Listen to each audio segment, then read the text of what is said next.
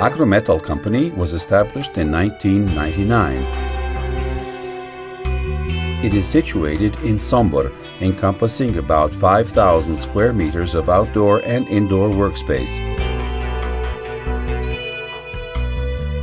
It currently employs 12 workers.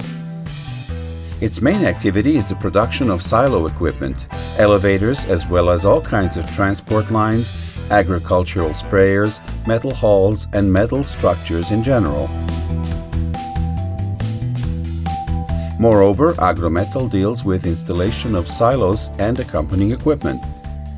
They have various machines for metalworking, welding, as well as painting chamber at their disposal. Agrometal is Serbia's general agent for galvanized silo cells of Turkish manufacturer BSS.